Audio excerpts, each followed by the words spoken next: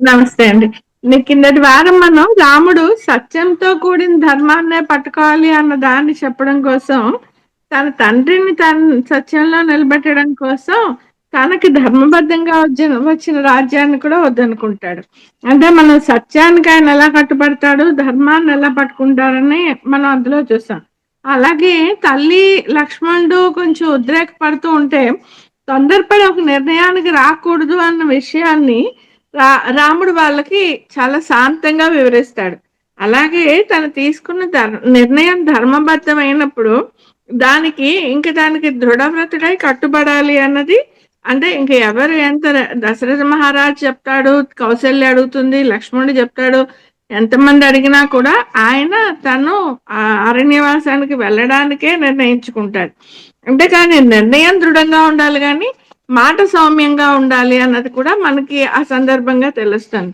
ఆ ఆ సందర్భంగా మనం ఎండింగ్ చేస్తున్నప్పుడు రాముడు తన సోదరులతో ఎలా ప్రవర్తిస్తాడు అన్నది మనం చూసాం. అంటే మన రామాయణ కాలంలోనే రావణ, కుంభకర్ణ, విభీషణుల్ని చూస్తాం, వాలి సుగ్రీవుల్ని చూస్తాం, రాముడు, లక్ష్మణుడు, భరతుడు, శత్రుఘ్నుడు 3 రకాల అన్నదమ్ముల్ని కూడా చూస్తాం ఒకటే కాలంలో. అంటే మనం సాధారణంగా వింటూ ఉంటాం కదండి. మా అన్నయ్యో, మా తమ్ముడో కుదరదండి మా ఇద్దరికి. అందుకని మేము సెపరేట్ అయిపోయాం. మేము కొంచెం దూరం అయిపోయామండి.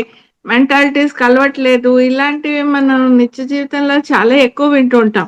అలాంటివి విన్నప్పుడు అది మనది ఎంత మనం తప్పుగా అనుకుంటున్నాం అన్నది రామాయణం మనకి చూపిస్తుంది. ఎందుకంటే లక్ష్మణుడు, రాముడు అన్న ఒక వ్యక్తి వెనకాల ఉన్న అన్నదమ్ములు 3. అందులో మనం మొదటి లక్ష్మణ్‌ని తీసుకుంటే, లక్ష్మణుడికి ఏమీ అక్కర్లేదు.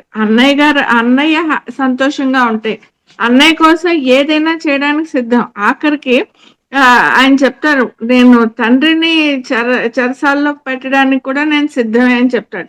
అలాగే అలాంటి లక్ష్మణుడిని పక్కన పెట్టుకొని, లక్ష్మణుడికి ఉద్రేకం వచ్చినప్పుడు తను తిరిగి కేకలు వేసి, అరిచి, కోప్పడి ఎప్పుడూ లక్ష్మణుడిని రాముడు కంట్రోల్ చేయడు. చాలా సున్నితంగా ఒకటే ఒక చిన్న మాట అంటే చాలా దృఢంగా చెప్తాడు. ఆ ఒక్క మాటకి లక్ష్మణుడు తగ్గిపోతాడు. దీనికి 1, 2 ఉదాహరణలు ఏంటంటే లక్ష్మణ్ వీళ్ళు అరణ్యవాసం చేస్తున్నప్పుడు కోలాహలం అంతా వినిపిస్తూ ఉంటుంది. చిత్రకూట పర్వతం మీద వీళ్ళు ఉన్నప్పుడు. అంటే రాముడు చెప్తాడు, "నువ్వు ఆ వృక్షం ఎక్కి చూడు ఏంటి అంత కోలాహలం వినిపిస్తోందంటే" చూసి లక్ష్మణుడు చెప్తాడు, "కోవిదా వృక్షం వస్తోంది అంటే భరతుడు వచ్చేస్తున్నాడు. నేను పూర్తిగా రాజ్యాన్ని నిష్కంటకం చేసుకోవడం కోసం నేను సంహరించడానికని వస్తున్నాడు" అని చెప్పిన దాన్ని వాల్మీకి మహర్షి పూర్తిగా ఒక సర్గంతా చెప్తాడనమాట లక్ష్మణుడు. తను రాని నేను చంపేస్తాను ఈ భరతుడిని అంత చాలా కోపంగా మాట్లాడతాడు. ఎందుకు మాట్లాడతాడంటే ఏం లేదు, అన్నయ్యకి రాజ్యం ఇప్పించడానికి. తనకేం అక్కర్లేదు. అంటే అప్పుడు రాముడు చాలా అంటే మితభాషి, చాలా దృఢంగా మాట్లాడతాడనడానికి ఉదాహరణ ఏంటంటే, రాముడు లక్ష్మణుడితోటి అంటాడనమాట, "నేను అలా అనుకోవట్లేదు. భరతుడు అందుకోసం వస్తున్నాడని నేను అనుకోవట్లేదు. నేను అరణ్యవాసానికి బయలుదేరేటప్పటికి భరతుడు రాజ్యంలో లేడు కాబట్టి, మనని తిరిగి రాజ్యానికి వెళ్ళడానికి కోసం వస్తున్నాడని అనుకుంటున్నాను. అయినా భరతుడు వచ్చాక నేను చెప్తానులే. ఈ లక్ష్మణుడికి రాజ్య పరిపాలన చెయ్యాలని ఉన్నట్టుంది. భరత ఈ రాజ్యం కోసల రాజ్యాన్ని లక్ష్మణుడికి ఇయ్యి అని చెప్తాను. నా మాట విని వెంటనే భరతుడు నీకు రాజ్యం ఇస్తాడు" అంటాడు. ఇంతే అంటాడు. భరతుడికి చెప్తాను, నీకు రాజ్యం ఇవ్వమని చెప్తాను అంటాడు. ఇంత కోపంగా ఉన్న లక్ష్మణుడు కూడా ఒక్కసారి తగ్గిపోయి, "లేదు లేదు, భరతుడు మనని అయోధ్యకి తీసుకెళ్ళడం కోసమే వచ్చాడు అనుకుంటున్నాను అన్నయ్య" అని చెప్పి అన్నయ్య వెనకాలకు వెళ్ళి నిలబడిపోతాడు. అంటే ఒక సర్గంతా ఇరిటేట్ అయిన లక్ష్మణుని కంట్రోల్ చేయడానికి రాముడు ఒక చిన్న వాక్యం మాత్రమే మాట్లాడతాడు.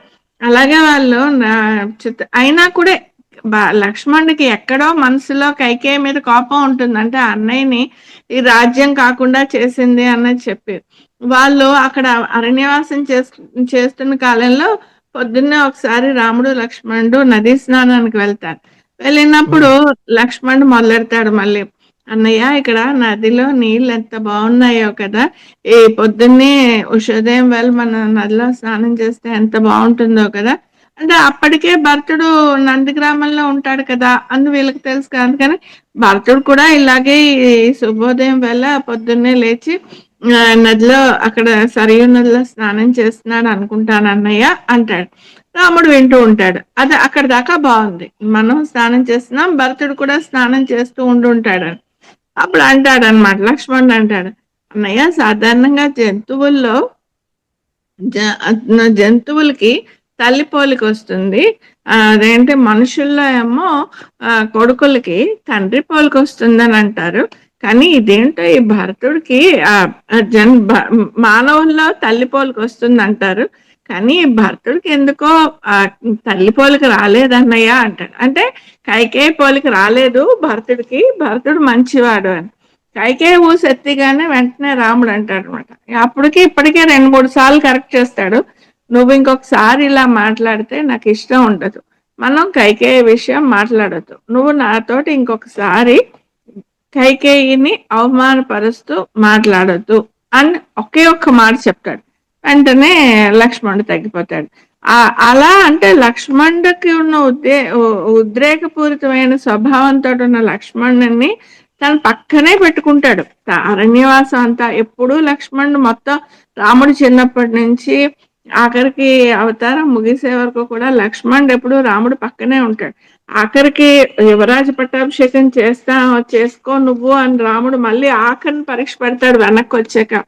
నాకు యువరాజ పట్టాభిషేకం ఎందుకన్నయ్యా, నేను నీతోటి ఉండడమే నాకు చాలు అంటాడు. అటువంటి మనస్తత్వం ఉన్న లక్ష్మణుడు, కానీ ఉద్రేకపూరితమైన మనస్తత్వం. భరతుడు అన్నయ్య ఎంత చెప్తే అంతే.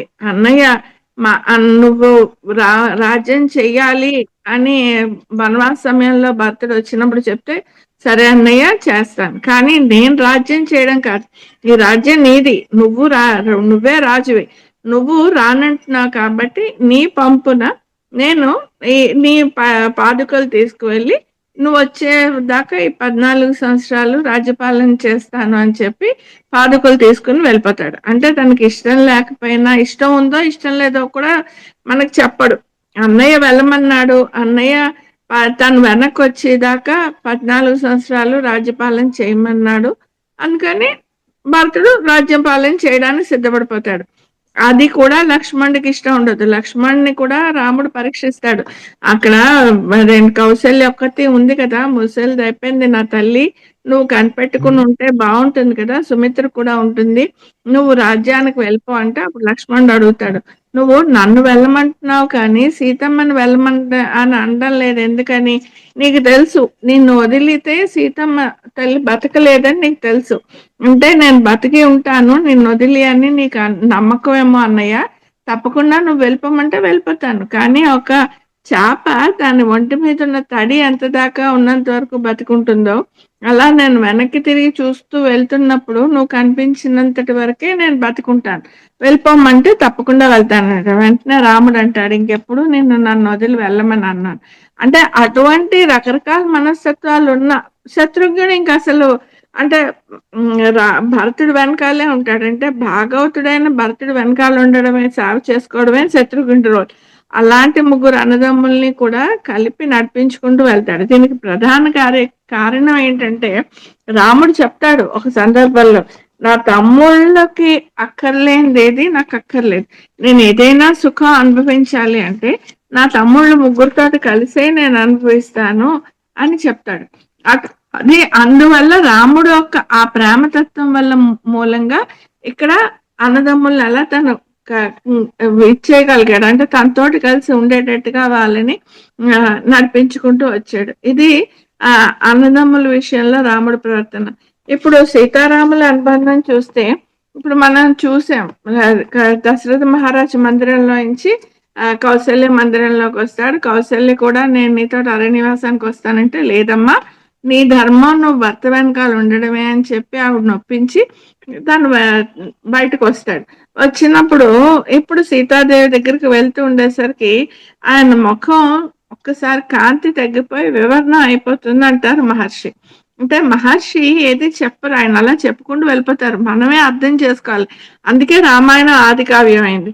అంటే ఈ ఆఖ్యానంలో మనం రాముడిలో ఇంకొక కోణాన్ని చూస్తూ ఉంటాం.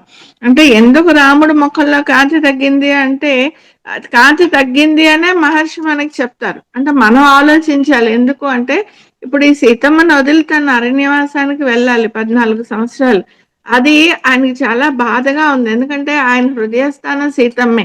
ఆయన హృదయస్థానం సీతమ్మ దగ్గర ఉంది కాబట్టి, ఆయన సీతమ్మను వదిలి వెళ్ళడం, ఆయన వెళ్ళలేరు కాబట్టి, ఆ బాధ ఆయన ముఖంలో కూడా కనిపిస్తోంది అన్నది మనకి చెప్తున్నారు మహర్షి. సరే, అది మాటల్లో ఎలా చెప్తారంటే, అందుకే అది కావ్యం అయింది. ఆయన్ని చూసిగానే వెంటనే సీతమ్మ తల్లి అంటే పిక్చర్, మహర్షి మనకి పిక్చర్ ఇస్తారు. దాన్ని మనం అర్థం చేసుకుంటూ వెళ్ళిపోవాలి. అంటే రాముని చూడగానే సీతాదేవి అంటుంది, ఏమైంది రామ, ఎందుకు మీ ముఖం అంత వివర్ణం అయింది, అంత బాధను దాచినట్టుగా ఉంది, ఎందుకు, ఏమి జరిగింది, మీరు నాకు చెప్పవలసింది, ఎందుకు మీరు అంత బాధపడుతున్నట్టుగా ఉన్నారు అని చెప్పి. అంటే అప్పుడు రాముడు తలదించుకుని చెప్తాడు, ఇలా కైకి అడిగిన వరాలు, తర్వాత తను తండ్రిని సత్యంలో నిలబెట్టడం కోసం తనేమో అరణ్యవాసానికి 14 సంవత్సరాలు వెళ్ళవలసి ఉంది అని చెప్తాడు. చెప్పి నువ్వు ఇక్కడ అయోధ్యలో ఉండు, మా మా తల్లుల్ని జాగ్రత్తగా చూసుకుంటూ ఉండు, తండ్రిని జాగ్రత్తగా చూసుకుంటూ నువ్వు ఇక్కడే ఉండవలసిందని. అంటే అప్పుడు సీతాదేవి చెప్తున్నమాట, అదేంటి మీరు అలా అంటారు, మిమ్మల్ని వదిలి నేను ఎలా ఉంటాను, మీకెలా మీ తండ్రి మాట నిలబెట్టడం ధర్మమో నాకు ఒక ధర్మం ఉంది. అంటే నా భర్తను వెనకాల అనుగమించి వెళ్ళడమే నాకున్న ధర్మం. అది నా తండ్రి నాకు చెప్పింది, నాకు ఇదే చెప్పారు, ఎట్టి పరిస్థితుల్లో సుఖాల్లోనూ దుఃఖాల్లోనూ నీ భర్తను అనుగమించి నువ్వు ఉండాలి అన్నది నా తండ్రి నాకు చెప్పింది. ఇంకా నా తండ్రి మాట నేను వినడం కోసం నేను మీతో అరణ్యాలకు వస్తానని చెప్తాను. రాముడు చాలా ప్రయత్నం చేస్తాడు సీతాదేవిని ఒప్పించడానికి. అక్కడ రాక్షసులు ఉంటారు, ఇక్కడలాగా భవనాలు అవి ఏమి ఉండవు, నువ్వు చెట్టు కింద అది పడుకుని ఉండాలి, లేకపోతే కందమూలాలు తినవలసి ఉంటుంది అని చెప్పినా, మీరు పక్కన ఉన్నప్పుడు నాకు అవన్నీ ఆనందాన్ని ఇస్తాయి. మీరు అక్కడ లేనప్పుడు నాకు ఎంతటి సుఖమైనా కూడా ఆనందాన్ని ఇవ్వదు అని చెప్పి సీతమ్మ రాముడిని ఒప్పించి బయలుదేరుతుంది. అప్పటిదాకా గుమ్మం బయట నిలబడి చూస్తూ ఉంటారు లక్ష్మణ స్వామి. ఆయనేమో వెంటనే వచ్చి రాముడి పాదాలు పట్టుకుంటారు, చెప్పేదేమో సీతమ్మతో చెప్తారు, నన్ను కూడా రానివ్వమని చెప్పి. సరే, రాముడు ఒప్పుకుంటారు. రాముడు లక్ష్మణుడు సీత అరణ్యవాసానికి బయలుదేరుతారు. ముందర రాముడు నడుస్తూ ఉంటాడు, మధ్యన సీతమ్మ నడుస్తుంటుంది, వెనకాల ధనుర్బాణాలు పట్టుకుని లక్ష్మణుడు నడుస్తుంటారు. అంటే వాళ్ళు సీతాదేవిని ఎలా ప్రొటెక్ట్ చేసుకుంటూ తీసుకెళ్తున్నారు అరణ్యవాసానికి అన్నది మహర్షి మళ్ళీ మనకు చెప్తారు. కానీ మనం ఎంత ప్రొటెక్ట్ చేద్దాం అనుకున్నా, మనం ఎంత జాగ్రత్తగా ఉన్నాం అనుకున్నా కూడా రాముడే ఇంతకు పూర్వం చెప్తారు కదా, జరిగేదంతా దైవం యొక్క ప్రణాళిక ప్రకారం జరుగుతూ ఉంటుంది అని చెప్తారు కదా.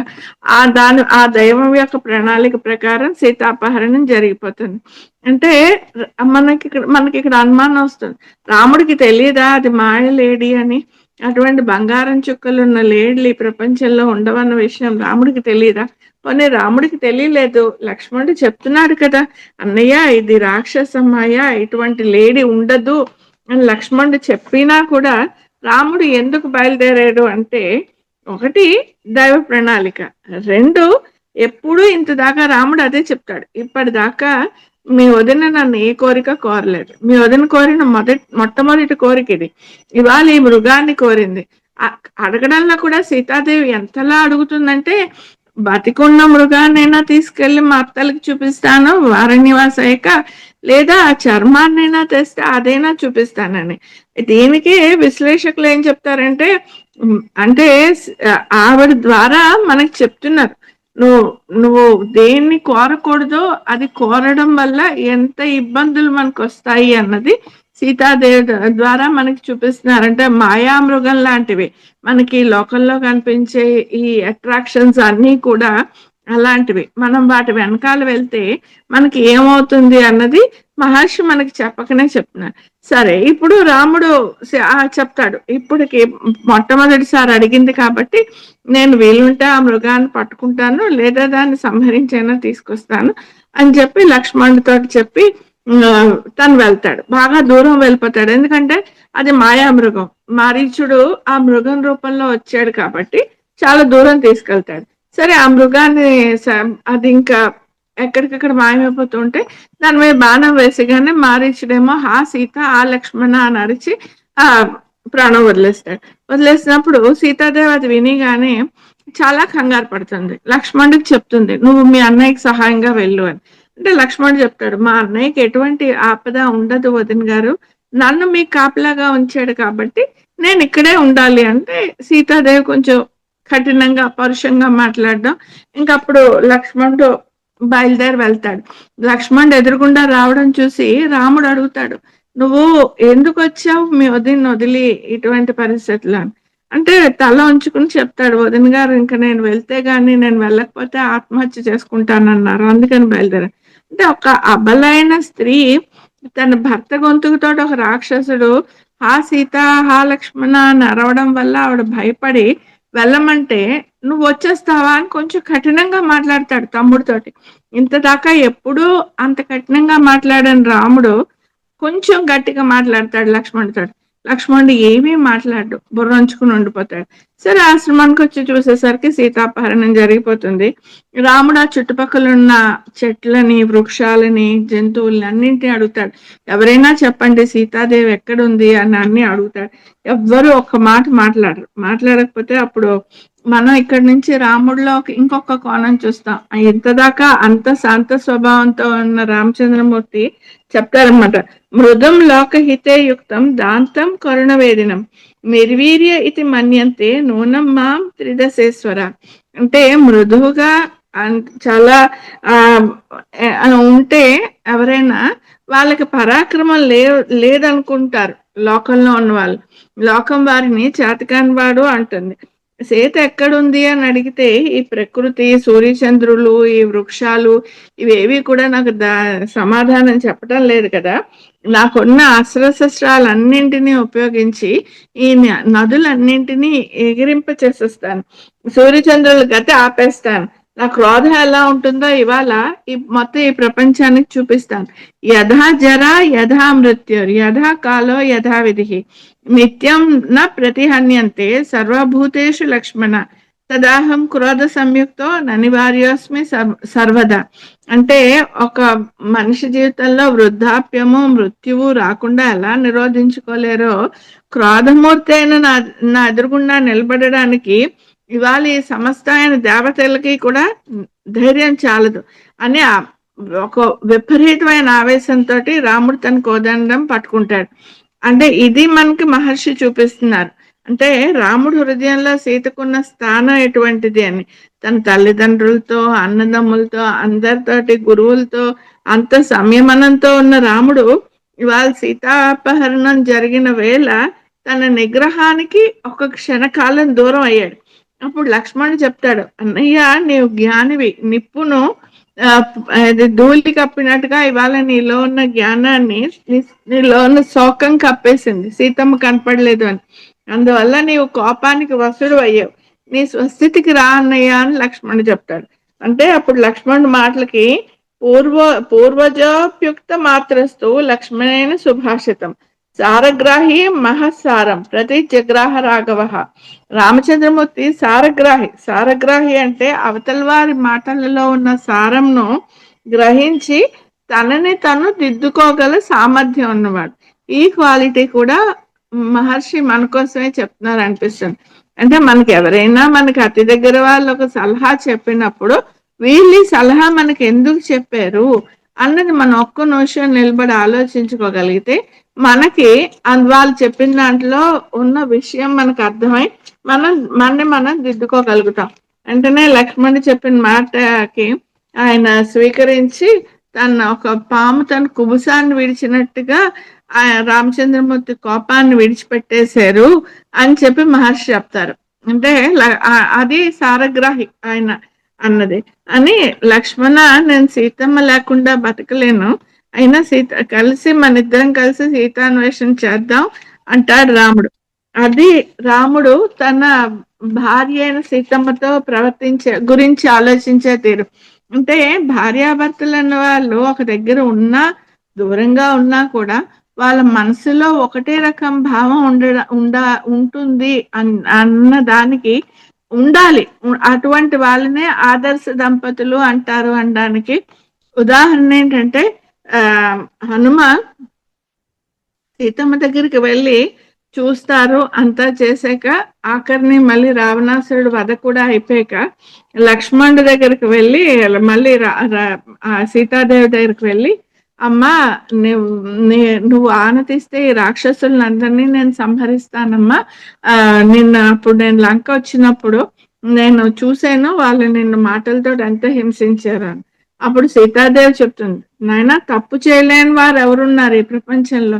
వాళ్ళు వాళ్ళ యజమానైన రావణుడు ప్రవర్తించమన్నట్టుగా ప్రవర్తించారు, కానీ అది వాళ్ళ స్వయంగా ప్రవర్తించింది కాదు. అందుకని వాళ్ళని క్షమించు అని. అలా అదే ఆ, రకంగా విభీషణుడు శరణాగతికి వస్తాడు కదా, లంక నుంచి బయలుదేరి యువతల ఒడ్డుకు వచ్చి నిలబడ్డప్పుడు ఆకాశంలో ఉండి అడుగుతాడు, నాకు శరణివ్వండి, నేను రాక్షస రాజు అయిన రావణాసురుడు సోదరుని వచ్చాను అన్నప్పుడు ఆ ఆ రాముడు అక్కడ ఉన్న అందరి సలహాలు అడుగుతాడు. సరే, సుగ్రీవుడు శత్రురాజు యొక్క తమ్ముడికి మనం శరణం ఇవ్వకూడదంటాడు.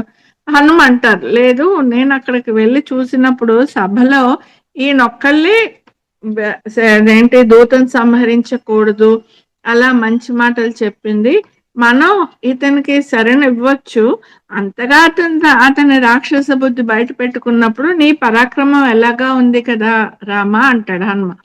సరే, అప్పుడు అందరి మాటలు విన్నాక అప్పుడు రామచంద్రమూర్తి చెప్తారు, సకృదేవ ప్రపన్నాయ, అంటే నాకు ఒక నియమం ఉంది. ఏంటంటే, నన్ను శరణన్న వారికి ఏంటి, వారు ఎలాంటి వారు, వారు ఏం చేశారు అన్నది కాకుండా శరణన్న వాళ్ళకి శరణు ఇవ్వడం అన్నది నా ప్రకృతి, అంటే నా నియమం నాది.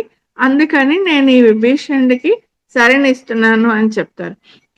అది అంటే సీతాదేవికి ఎంత క్షమాగుణం ఉందో రాముడికి కూడా అలాంటి గుణమే ఉంది. అలాగే ఇంకొక ఎగ్జాంపుల్ ఏంటంటే, రాముడు హనుమ సీతాదేవిని కలిసి సుందరకాండలో వెనక్కి వచ్చి రాముడికి చెప్పినప్పుడు, ఇలా సీతాదేవిని చూశాను, అక్కడ సీతాదేవి ఎలా ఉంది అన్ని చెప్పినప్పుడు రాముడు చెప్తాడనమాట, హనుమా, నేను నీకేమి ఇవ్వగలను, ఏమిచ్చి నీ రుణం తీర్చుకోగలను? నిన్ను ఒకసారి గాఢంగా పరిశ్రమం చేసుకోవడం అంటే కౌగిలించుకోవడం కన్నా నేను నీకు ఏమి ఇవ్వగలనయ్యా, ఇప్పుడు నీకు ఇవ్వడానికి నా దగ్గర ఏముంది అని చెప్తాడు. అని హనుమని దగ్గరగా తీసుకుంటారు. మనకి చాలా పోస్టర్లో కూడా కనిపిస్తుంది రాముడు హనుమంతుడిని దగ్గరికి తీసుకోవడం అన్నది. అదే విధంగా సీతాదేవి చెప్తుంది, నాయన, నువ్వు నాకు ఇంత సహాయం చేస్తున్నావు, నేను నీకేమి ఇవ్వగలను? నా దగ్గర ఏముంది? నేను పుత్రుడిగా స్వీకరిస్తున్నాను, నువ్వు నాకు అందరికన్నా ఆప్తుడివి అని చెప్పి సీతాదేవి చెప్తుంది. పట్టాభిషేకం అయిపోయే వేళ ఇంద్రుడు తీసుకొచ్చి ఒక మాల ఇస్తాడు రాముడికి. ఇచ్చినప్పుడు రాముడు ఆ మాల తీసుకొచ్చి సీతాదేవికి ఇస్తాడు. సీతాదేవి ఏం చేయాలి అని ఆ మాల పట్టుకుని చూస్తుంటే రాముడు చెప్తాడు, నీకు ఇష్టమైన వాళ్ళకి ఇయ్యే అని చెప్పి. ఆవిడ ఒకసారి సభ అంతా చూసి ఆ మాల ఆంజనేయ స్వామికి ఇస్తుంది. అంటే ఇద్దరి మనసుల్లో కూడా హనుమ పట్ల వాళ్ళకున్న భావం ఈ సందర్భంగా మనకు అర్థమవుతుంది. అంటే మాటలతో వాళ్ళిద్దరూ ఒకటే ఆలోచిస్తారు అని చెప్పక్కర్లేదు. ఎక్కడో ఆవిడ లంకలో ఉన్నా, ఈయన కిష్కిందలో ఉన్నా కూడా వాళ్ళ ఆలోచన ఎప్పుడు ఒకటే రకంగా ఉంటుంది అన్నది దీంట్లో మహర్షి మనకి చూపిస్తున్నారు. అంటే ఆయన ఏమి ఇలా ఉండాలి, భార్యాభర్తలు అంటే ఇలా ఉండాలి అని ఆయన ఏమీ చెప్పటం లేదు. ఏమి మనకి క్లాస్ లా ఏం చెప్పరు, చూపిస్తున్నారు, పిక్చర్ మనకి చూపిస్తున్నారు. ఓహో, ఇలా ఉండాలన్నమాట. అంటే కష్ట సుఖాలు అన్నింట్లో కూడా భార్యాభర్తలు ఇలా ఉండాలి అన్న విషయాన్ని మనకి ఈ సందర్భంగా మనకి మహర్షి తెలియజెప్తున్నారు.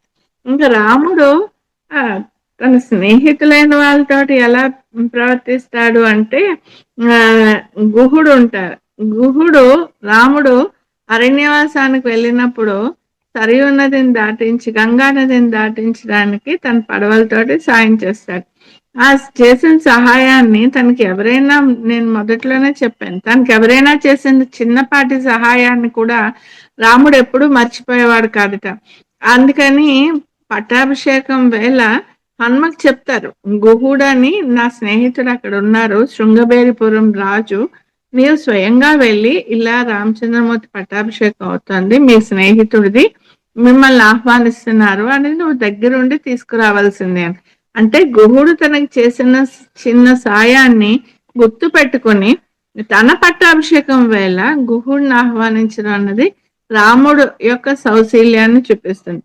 అలాగే సుగ్రీవుడు తోటి అగ్ని మైత్రి చేసుకుంటారు. అంటే అగ్ని సాక్షిగా మన ఇద్దరం స్నేహితులు అని చెప్పి సుగ్రీవుడితో మైత్రి చేసుకుంటారు. సుగ్రీవుడి భార్య రుమని వాలి ఎత్తుకుపోవడం అన్నది రామచంద్రమూర్తికి ఆ నచ్చదు, అది తప్పు, ధర్మానికి విరుద్ధం కదా పక్కవాడి భార్యను ఎత్తుకుపోవడం అని చెప్పి నేను వాళ్ళని సంహరిస్తాను అని మాట ఇస్తారు. మాట ఇచ్చినట్టుగానే వాళ్ళని సంహరిస్తారు, సుగ్రీవుడిని రాజుని చేస్తారు. సుగ్రీవుడిని రాజుని చేశాక సుగ్రీవుడి సహాయంతో మొత్తం ఈ యుద్ధం అంతా అయిపోయాక పట్టాభిషేకం వేళ వెనక్కి అయోధ్యకు వచ్చేసాక భరతుడిని పిలిచి చెప్తారు, సుగ్రీవుడు నాకు అత్యంత ఆప్తుడు, నా స్నేహితుడు, అందుకని నేను అరణ్యవాసానికి వెళ్ళక ముందర ఏ భవనంలో అయితే ఉన్నానో ఆ భవనాన్ని సుగ్రీవుడికి విడిదిగా ఇచ్చి అతనికి కావలసిన అన్ని సదుపాయాలు నువ్వే చూడవలసింది అని భరతుడిని పురమాయిస్తారు. అంటే సుగ్రీవుడు తనకి చేసిన సహాయానికి రాముడు ఆ తన కృతజ్ఞత చూపించే విధానం మనకెంతో ఆశ్చర్యం కలిగిస్తుంది. మనం ఈ సందర్భంగా రాముడు మితభాషి అన్న దానికి ఇంకొక ఉదాహరణ ఏంటంటే, ఈ సుగ్రీవుడిని కిష్కిందకి రాజుని చేసి ఇప్పుడు వస్తున్నది వర్షాకాలం అయిపోయాక శరదృతువు రాగానే నువ్వు కూడా అప్పుడే చాలా సంవత్సరాలు బట్టి ఈ కొండల్లో తిరుగుతున్నావు కాబట్టి రాజభోగాలు అనుభవిస్తూ కాస్త ఒక 2-3 నెలలు కొంచెం సుఖంగా ఉండు నీ భార్యతోటి, ఎప్పుడైతే వర్షాకాలం పూర్తవుతుందో శరత్కాలం రాగానే రా అని చెప్తాడు.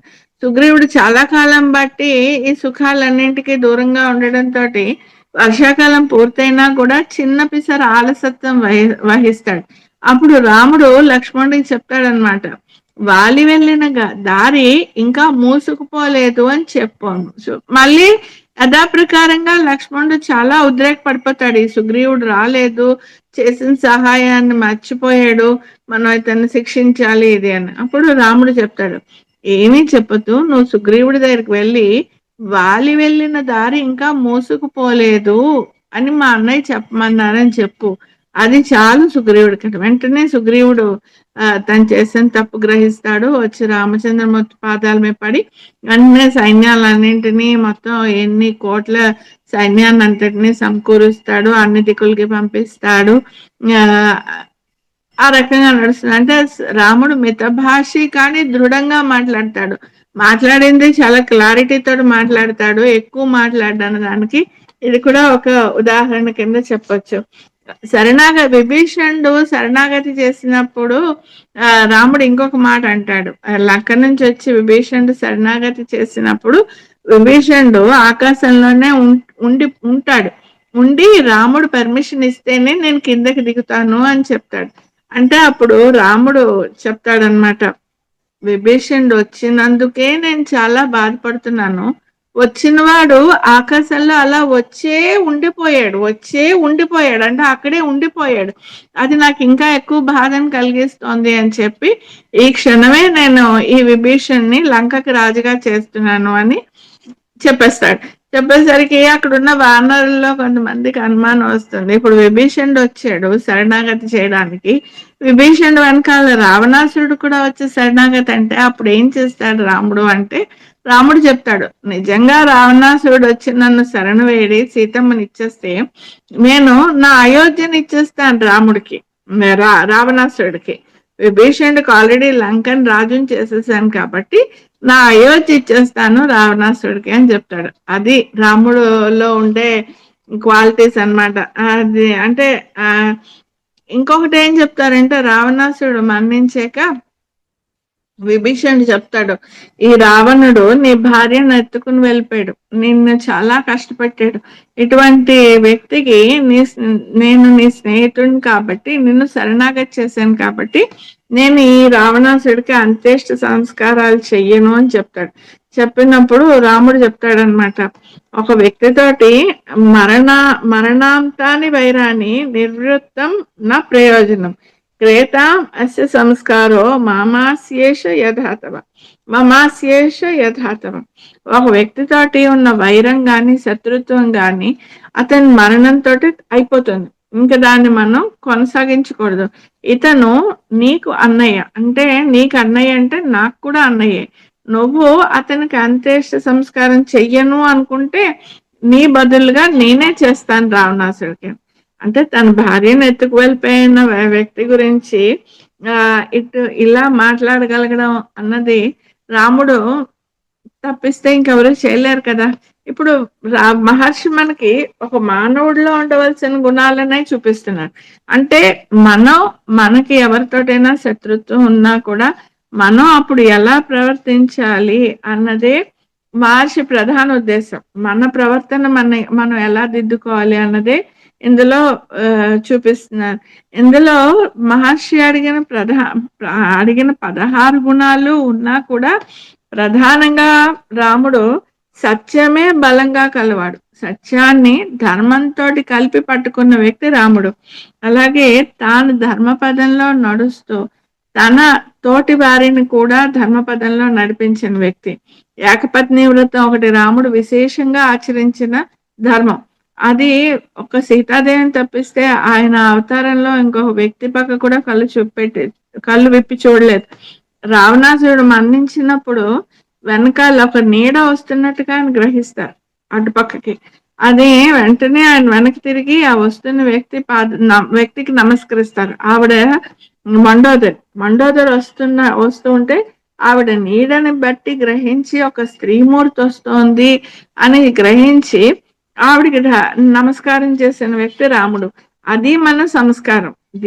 ఇవి మనం జనరల్ గా మనం ఇన్కల్కేట్ చేసుకుని చిన్నప్పటి నుంచి కూడా మన పిల్లలకి రామాయణం పట్ల లేకపోతే భాగవతం పట్ల ఆ పూనిక ఏర్పరిస్తే ఏంటంటే ఇటువంటి గుణాలు వాళ్ళకు కూడా తెలియకుండా అంటే మనం తెలియకుండా వాళ్ళకి చాలా ఎలా అలవాటు చేస్తామో ఇలాంటి గుణాలు కూడా వాళ్ళకి అలవాటు చేయడం అన్నది కుదురుతుందని మహర్షి అభిప్రాయం అనుకుంటాను నేను. అందుకే ఆఖరిని మారీచుడు అంటాడు, మారీచుడు రావణ్తో అంటాడు, ఆఖరిని కాదు, రావణాసురుడు మారీచుడు సహాయం కోరి వచ్చినప్పుడు మారీచుడు చెప్తాడు, రామో విగ్రహవాన్ ధర్మ అని. అంటే ఒక అన్ని ధర్మాలని ఒక రూపం కింద చేస్తే అదే రాముడు అవుతాడు. ఆ రామ అన్న మాటకే నేను ఎంత భయపడతానంటే, ఏదో రథం అని ఎవరైనా అంటూ రా అని కానీ నేను చాలా దూరం పారిపోతాను, నాకు అంత భయం రాముడు అంటే, అంత ధర్మం ఉన్నవాడు అని చెప్తాడు. మనం 16 గుణాల్లో శత్రువుల్ని అంటే తన ప్రత్యర్థుల్ని భయపెట్టగలవాడు అన్నది ఆ గుణం ఏంటంటే, అరణ్యవాసంలో శూర్పణఖ అన్నదమ్ములైన ఖరసుగ్రీవులు ఖరాదులు 14,000 మంది సైన్యంతో వచ్చినప్పుడు రాముడు చెప్తాడు లక్ష్మణుడితోటి, నువ్వు సీతమ్మని గుహలో పెట్టుకుని కాపాడుతూ ఉండు, నేను ఒక్కడిని చాలు అని. ఎప్పుడు రాముడు బాణం తీసాడు, ఎప్పుడు బాణం సంధించాడు అన్నది కూడా తెలియనంత వేగంగా ఆ యుద్ధం ముగిసిపోతుంది. మొత్తం వచ్చిన రాక్షసుల ఖరదూషణల యొక్క 14,000 మంది సైన్యాన్ని రాముడు సంహరించడం జరుగుతుంది. అంటే ఈ కథ త్రేతాయుగంలో జరిగింది. రాముడు ఆ తర్వాత 11,000 సంవత్సరాలు రాజుగా పరిపాలన చేసి మానవుడిగా నడిచి తన ప్రవర్తన ద్వారా ఈ లోకానికి ఒక సందేశాన్ని ఇచ్చి ధర్మపదంలో ఎలా నడవాలి అని చూపించి రచింపబడ్డ గ్రంథం ఇది. గ్రంథం జరిగిన కథ. ఆ తర్వాత ద్వాపరయుగం వచ్చింది. ఇప్పుడు కలియుగం వచ్చాక కూడా ఇంకా ఈ రామాయణం ఇంతలా ఉంది అంటే అది రచించిన వాల్మీకి మహర్షి గొప్పతనం. నా శ్రీమన్నారాయణుడు మానవుడిగా వచ్చి ఈ భూమి మీద మనకి నడిచి చూపించిన ఆశయం యొక్క గొప్పతనం అనిపిస్తుంది. అందుకే మహాత్ములు అంటారు కదా, ఎంతకాలం రామాయణం ఉంటుందో అంతకాలం రామాయణం ఈ భూమి మీద చెప్పబడుతుందో, ఎంతకాలం రామాయణం వినడం జరుగుతుందో అంతకాలం మానవత్వం నిలబడుతుంది అని చెప్తారు. అలాగా ఈ రామాయణం ఎప్పుడుకి ఎప్పటికీ కూడా నిత్య నూతనంగానే ఉంటుంది. మనం చూసే కోణాలు మనం చూస్తూ ఉంటే మనకు కొత్త కొత్త విషయాలు అందులో నుంచి మనకి అర్థమవుతూ ఉంటాయి. ఇంకా ఇందులోనే మనం అనుబంధంగా చెప్పుకునేది ఏంటంటే, రాముడు ఇంత ఆదర్శంగా ఉంటే ఆయన ప్రధాన బంటైన హనుమ గురించి చెప్పుకోకపోతే మనం రామాయణం స్పృశించడం పూర్తవదు. అంటే రా ఆంజనేయ స్వామి గురించి చెప్పాలి అంటే ఆయన రామ బంటు అంతే కదా. కానీ ఒక బంటుకి రాముడికి ఎన్ని గుళ్ళు ఉన్నాయో, రాముడిని ఎంతలా మనం ఆరాధిస్తున్నామో అంతలాగా మనం ఈ ప్రపంచంలో ఆంజనేయ స్వామిని ఆరాధిస్తున్నాం అంటే అది ఆయన గుణ విశేషాలు తప్పిస్తే ఇంకోటేం కాదు. ఆంజనేయ స్వామి క్యారెక్టర్ చెప్పాలంటే ఆయన రాముడు ఎలా ఇన్ని సద్గుణాలతో ఉన్నాడో ఆంజనేయ స్వామి కూడా అటువంటి సద్గుణాలతోటే ఉన్న వ్యక్తి. ఆయన మనం మన ఆంజనేయ స్వామి ప్రార్థించేటప్పుడు కూడా ఆ శ్లోకం చెప్తాం కదా, అదే అన్వేషం బుద్ధిర్బలం యశో ధైర్యం నిర్భయత్వం అరోగతం అజాడ్యం వాక్పటుత్వం చ హనుమత్ స్మరణాత్ భవేత్ అని చదువుతాం కదా. అంటే మనం ఆంజనేయ స్వామిని ఆరాధించడం వల్ల బుద్ధి బలం, యశస్సు, ధైర్యం, నిర్భయత్వం ఇవన్నీ కలుగుతాయని మనం ఆ శ్లోకం ధ్యాన శ్లోకంలో చెప్తాం.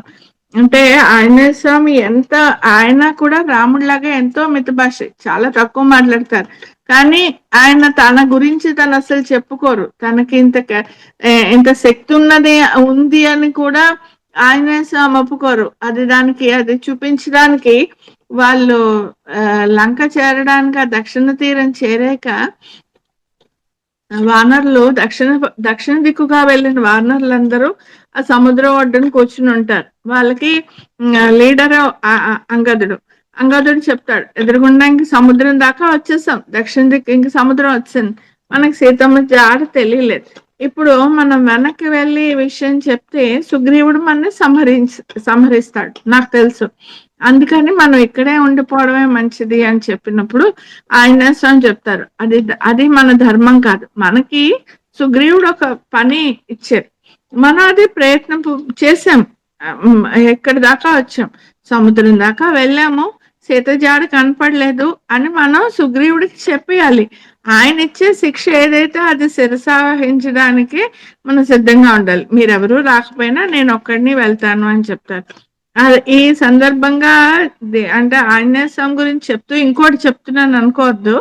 అక్కడ వీళ్ళు అలా కూర్చుని అలా నైరాశ్యంతో ఈ వానరులందరూ ఎందుకు అసలు దశరథ మహారాజు కైకేయికి వరాలు ఇవ్వడం ఏమిటి, ఆవిడ వరాలేమో ఇప్పుడు ఆ పట్టాభిషేకం ముందర కోరడం ఏంటి, రాముడు వనవాసానికి రావడం ఏంటి, ఆయన భార్యని రావణాసుడు ఎత్తుకుపోవడం ఏంటి, ఆ ఎత్తుకుపోతే సుగ్రీవుడితో రాముడికి మైత్రి జరగడం ఏంటి, ఆ మైత్రి వల్ల సుగ్రీవుడు మనందరినీ కూడా సీతాదేవిని వెతకమని పంపించడం ఏంటి, మనం ఇక్కడ దాకా వచ్చాం కానీ మనకి సీతాదేవి కనిపించకపోవడం ఏంటి, ఈ సముద్రం ఒడ్డును మనం ప్రాణాలు వదిలేయడం ఏంటి, ఇలా అంటే ప్రాయాపవేశం చేయడానికి అందరూ వరుసగా పడుకుని పోయి ఉంటారు అనమాట.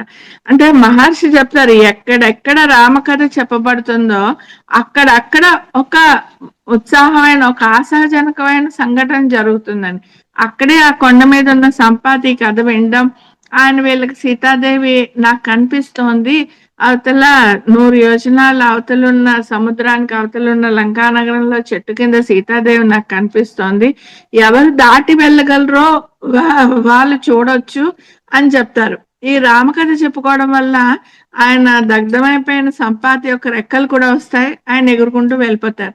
అంటే రామకథ చెప్పుకోవడం వల్ల అంత ప్రయోజనం ఉంటుందన్నది మహర్షి మనకి చెప్పకనే చెప్తున్నారు. అప్పుడు ఆంజనేయ స్వామి కొండ మీద చిన్న బండ మీద అలా కూర్చుని ఉంటారు. ఎవరు వెళ్ళాలి ఇప్పుడు సముద్రాన్ని ఎవరు దాటాలి అంటే కొందరు 10 యోజనాలు దాటగలం అంటారు, కొందరు 20 యోజనాలు దాటగలం అంటారు. జాంబవంతుడు అంటాడు నేను వెళ్ళగలను కానీ తిరిగి రాలేను, ఎందుకంటే నేను వృద్ధుడిని అయిపోయాను కదా అని. కానీ ఆంజనేయ స్వామి ఏమి మాట్లాడరు, ఏమి ఆయన నేను వెళ్ళగలనని కానీ ఇంత. అప్పుడు జాంబవంతుడు చెప్తాడు ఇలా కాదు నాకు తెలుసు ఎవరు వెళ్ళగలరని. అప్పుడు ఆయన చెప్తారు హనుమా నువ్వే ఈ కార్యానికి కరెక్ట్ సరైన వాడివి, నువ్వు వెళ్ళగలవు అని. ఆహా అంటే జాంబవంతుడు చెప్పాక సరే అయితే నేను వెళ్తాను అంటారు. వెళ్తాను అని నిర్ణయం తీసుకున్నాక ఆయన చెప్తారు ఆంజనేయ స్వామి నేను రాముడి బాణంలా వెళ్తాను లంకలో. లంకలో సీతాదేవిని వెతుకుతాను. ఒకవేళ లంకలో సీతాదేవి లేకపోతే అటునుంచటే స్వర్గానికి వెళ్తాను, స్వర్గం అంతా వెతుకుతాను. అక్కడ కూడా లేకపోతే తిరిగి మళ్ళీ లంకకు వస్తాను, వచ్చి రావణాసుని సంహరించి వెనక్కి వస్తాను గాని నేను సీతాదేవిని చూడకుండా రాను అని. అంటే రాముడి యొక్క బాణంలా వెళ్తాను అంటే ఒక బాణం వెళ్ళాలి అంటే దాన్ని సంధించడానికి ఒక వ్యక్తి ఉండాలి. అంటే తను రాముడి యొక్క బంటుని, తను రామబాణం లాంటి వాడిని. అంటే ఏంటంటే రాముడికి రాముడు ఏది చెప్పారో, రాముడికి ఏది హితమో అది చేయడంలో నేను రామబాణంలా ఉంటాను. కానీ అంటే ఆ బాణానికి తనకి ఇండివిజువల్ గా ఒక డెసిషన్ మేకింగ్ కానీ నేను ప్రయోగించిన వాడు ఎలా ప్రయోగిస్తే అలా వెళ్తుంది తప్పిస్తే దాని మధ్యలో దాని డైరెక్షన్ అది మార్చుకోలేదు కదా. సో అలాగా నేను రాముడి యొక్క బాణాన్ని అని చెప్తారు ఆంజనేయ స్వామి. అంటే ఆయన ఉన్న డెడికేషన్, అంటే రాముడి పట్ల ఆయనకున్న భక్తి అలాంటిది. అది సరే మధ్యలో దారిలో మైనాకుడు అది అడ్డం వచ్చినా కూడా ఆయన ఇంకా చెప్తారు నేను రాముడి కార్యం మీద వెళ్తున్నాను, నేను మళ్ళీ లంక చేరి సీతాదేవిని చూసేదాకా నేను ఆగను అని చెప్పి వెళ్తారు. అటువంటి కమిట్మెంట్ తోటి ఆయన వెళ్తారు. బుద్ధిర్బలం అన్నప్పుడు ఆయన సీతాదేవిని మొదటిసారి చెట్టు మించి చూసినప్పుడు ఆయన అనుకుంటారు ఇప్పుడు అంతా చుట్టూ రాక్షసులు ఉన్నారు, తను ఏదైనా చెప్పినా ఈ సీతాదేవి నమ్మదు, ఎలా ఈవిడ నమ్మించడం, నేను రాముడి దగ్గర నుంచి వచ్చాను అని. నేను రావణాసుడు కూడా ఒక మాయావి వేషం వేసుకుని వచ్చే కదా ఎత్తుకుని వెళ్ళిపోయాడు. సో నేను ఇప్పుడు మళ్ళీ రావణాసురుడే ఒక కపి అంటే వానరుడిలా వచ్చాడని ఆవిడ అనుకోకుండా ఉండాలి అని ఏం చేయాలి అని ఆయన ఆలోచించి అప్పుడు రామకథ అంతా చెప్పడం మొదలెడతారు. కోసల రాజ్యాన్ని దశరథ మహారాజు పరిపాలించేవారు, అది అక్కడి నుంచి సీతాపహరణం జరిగిన దాకా చెప్పి ఆ తర్వాత రాముడికి సుగ్రీవుడితో మైత్రి అయింది, సుగ్రీవుడికి రాజ్యాన్ని ఇచ్చారు, ఇప్పుడు సుగ్రీవుడు వానరులందరినీ పంపించారు, ఇదంతా స్టోరీ చెప్పి ముందర ఆవిడికి నమ్మకం కలిగించి ఆ తర్వాత తను ఎదురుగుండా వచ్చి రాముడిచ్చిన ఉంగరాన్ని ఇస్తారు. ఇటువంటి ఆంజనేయ స్వామి కూడా ఇంత బుద్ధిర్బలం ధైర్యం ఉన్న వ్యక్తి కూడా 2 సందర్భాల్లో మహర్షి మనకి చూపిస్తారు ఆయన నైరాస్యానికి గురయ్యారు అని. మొదటి ఒకసారి మొత్తం లంక అంతా వెతికినా కూడా ఆయనకి సీతాదేవి దర్శనం కలగదు. అప్పుడు ఆయన అనుకుంటారు ఇంకా సీతాదేవి దర్శనం అవందే నేను వెనక్కి వెళ్ళను, ఎందుకంటే నేను వెళ్తే వానరులందరూ కూడా మరణిస్తారు కాబట్టి నేను ఇక్కడే ఏదో నా చేతిలో ఏదైనా పండు పడితే అది తింటాను, లేదా అలా నా ప్రాణం ఉన్ననాళ్ళు ఇక్కడే జీవితం గడిపేస్తాను అనుకుంటూ ఉంటారు. అప్పుడు మళ్ళీ ఆయనంతటా ఆయనే అటువంటి నైరాస్యం కూడదు, మన ఉత్సాహం తెచ్చుకుని మళ్ళీ వెళ్ళాలి అని చెప్పి ఇక్కడ మహర్షి మనకి చెప్తారు. నేను చాలా సార్లు ప్రతిసారి అదే చెప్తున్నాను, మహర్షి ఆయన చెప్పుకుంటూ వెళ్ళిపోతారు, మనం దాంట్లో నుంచి నేర్చుకోవాలి. అప్పుడు ఆయన నమోస్తు రామాయ సలక్ష్మణాయ దేవ్యేచ తస్యై జనకాత్మజాయ నమోస్తు రుద్రేంద్ర యమాని లేభ్యో నమోస్తు చంద్రార్క మరుద్గణేభ్య అని చెప్పి అందరు మొత్తం దేవతా స్వరూపాలందరినీ తలుచుకుని వాళ్ళకి నమస్కరించి మీరందరూ కూడా నాకు సీతమ్మ జాడ తెలిసేటట్టుగా అనుగ్రహించాలి అని. అంటే మహర్షి మనకేం చెప్తున్నారు, మనం ఏదైనా కార్యక్రమం మొదలెట్టేటప్పుడు, మనం ఏదైనా పని మొదలెట్టేటప్పుడు మనం భగవంతుడికి అర్పణ చేసుకుని పనిని భగవంతుడికి అర్పణ చేయాలి, మనకి సరైన దారి చూపించమని కూడా భగవంతుడి ప్రార్థనతోటే మనం పని మొదలెట్టాలి. కానీ నేను చేయగలను, నేను చేస్తున్నాను, ఇది నా వల్ల అవుతుంది అంటే అది తప్పు అన్నది మహర్షి మనకి చెప్తున్నారు. సరే ఆయన ఎప్పుడైతే ఈ దేవతా ప్రార్థన అంతా చేసుకుని చూడడం మళ్ళీ మొదలెట్టారో ఆయనకి అశోకవనం కనిపిస్తుంది. అక్కడ సీతాదేవి దర్శనం అవుతుంది. రెండోసారి ఆయన నైరాశ్యం ఎప్పుడు చెందుతారంటే సీతాదేవి దర్శనం అయిపోతుంది. ఆయన లంక అంతా వనం అంతటిని ధ్వంసం చేస్తారు. రావణాసుడు సభకు తీసుకెళ్తారు. ఈయనంతా మాట్లాడతారు. సరే దూతను చంపకూడదు, శిక్షించాలి అంటే ఈయన తోకకి వస్త్రాలు చుట్టి నిప్పు పెడతారు. ఈయన ఏంటంటే మొత్తం లంక అంతటిని కాల్చేస్తారు. ఎక్కడ ఒక 4 అంగుళాల మేర కూడా ఖాళీ లేకుండా లంక అంతా తగలబడిపోయిందని చెప్పి మహర్షి చెప్తారు. అంటే మరి 4 అంగుళాలు కూడా లేకుండా తగలబడిపోయినప్పుడు అశోకవనం కూడా తగలబడిపోయి ఉంటుంది కదా. ఇప్పుడు తను వచ్చిన పనేంటి? సీతాదేవిని గురించి తెలుసుకుని ఆవిడ జాడ గురించి రాముడికి చెప్పడానికి వచ్చి తను ఒక ఆవేశంతో, ఒక ఉద్రేకంతో ఇంత వినాశనానికి కారణం అయ్యారు. ఇప్పుడు నేను ఎలా వెళ్ళి రాముడికి నా మొహం చూపించగలను అని చెప్పి మళ్ళీ ఆయన నైరాశ్యంలో మునిగిపోతారు. ఇంకా నేను వెనక్కి వెళ్ళలేను, నేను ఇక్కడే ప్రాయోపవేశం చేస్తాను, నేను కూడా మరణిస్తాను. అప్పుడు ఆకాశంలో వెళ్తున్న చారుణులు చెప్పడం వింటారు.